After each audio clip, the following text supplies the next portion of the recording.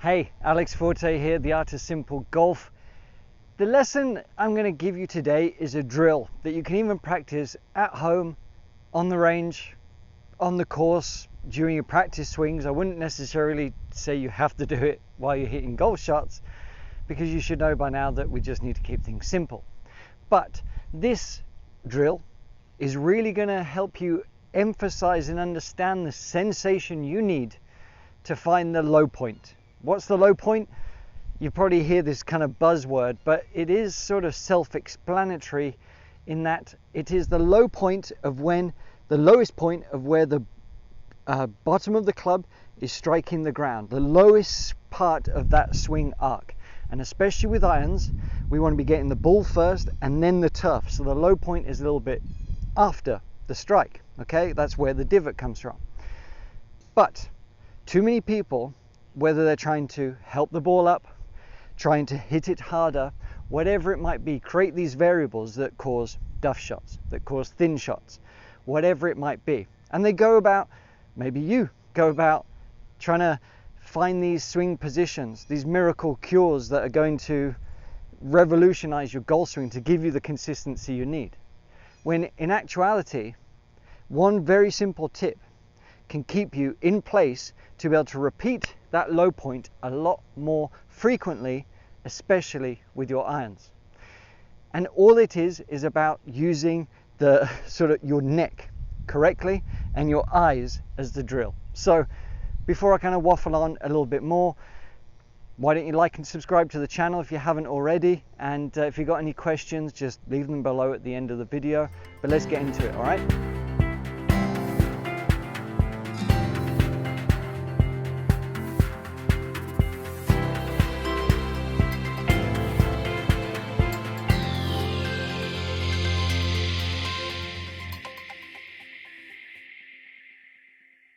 Okay, my friends, let's get into it. The low point, as I touched on before, is where the lowest point of the circle, where the arc is. With irons, we want to be getting the ball, then the turf. So the turf is always, the low point is actually just after. Now what happens too often, we're trying to help it up. So we're catching it clean, we're adjusting the circle, because if the arms are just constantly doing this, okay, if we're just drawing a circle constantly, depending on where my body is tilting, I'm gonna create a different sort of low point. All right, it's kind of hard to do this exactly, but if I'm too much here, the low point is going to be there or there. Okay, what's the variable that's mostly changing? It's just the sort of central point of our bodies, our mass. Well, our mass is really sort of in the sternum, but a thought I want you to feel, I've got another video where we talk about the flagpole going from the top to the bottom, so you're sort of rotating around that. That works nicely as well. This is about the little notch on your back, okay? So the neck here. Sorry for showing you my backside, but this point here, because this can move, this can move, this can move, this can move, like lots of things can happen with the arms, whatever. But if we keep a constant here, all right, if we keep this constant, more or less constant, it doesn't have to stay completely static. It's not about saying keep your head still. It's not as myopic as that. But having that be steady can create some predictability and that low point. This isn't about stack and tilt, it isn't about anything specific like that. This is just about giving you the sensation to hit that low point more consistently. And a drill that's going to really enable you to do that is to simply close your eye. Okay, so the drill you're going to do is simply close your left eye here and make some swings. This is if you're right-handed, of course, all right? But by doing this and maintaining your eyesight on the ball is automatically going to create this sort of balance and sensation of staying centered. So you can, with a bit more predictability, get that low point. It's such an easy thing to do. So even without a club, just put your hands over your eye, or close your eye. I can't actually close this eye, but if you can close this one, great. and then just make some swings. And you'll notice that if you're keeping that same point in your focus, you will stay a lot more centered, because our eyes aren't going to go wandering, our body isn't going to go wandering. We don't have to think about as much just by the visual aspect. A lot takes care of itself. So that's the drill, that's the sensation. So that's all we are looking to do, okay? So just practice even some little half swings, okay?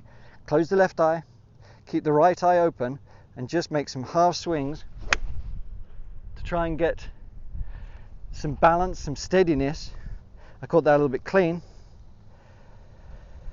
but we're just trying to get some balance and steadiness in it. So close the left eye, maintain the backswing and through swing there, and you can get a nice compression through, and a lot less has to happen, a lot less swing thoughts. So much good stuff occurs by doing that. So practice some half shots, practice some full shots, practice some swings without a club. Just keep that sensation going. So the right eye is open, okay? We're making a nice swing backwards and forwards, keeping that center point there, keeping the eye kind of on the ball but not too restricted there. Okay, easy peasy. Give it a try, and you should hopefully get a bit more consistent on your low point, get a bit more compression, and you should be able to, you know, make some adjustments to get that compression that we want through the ball. Okay, hope you enjoyed that. See you next time. Well, I hoped you got something out of that.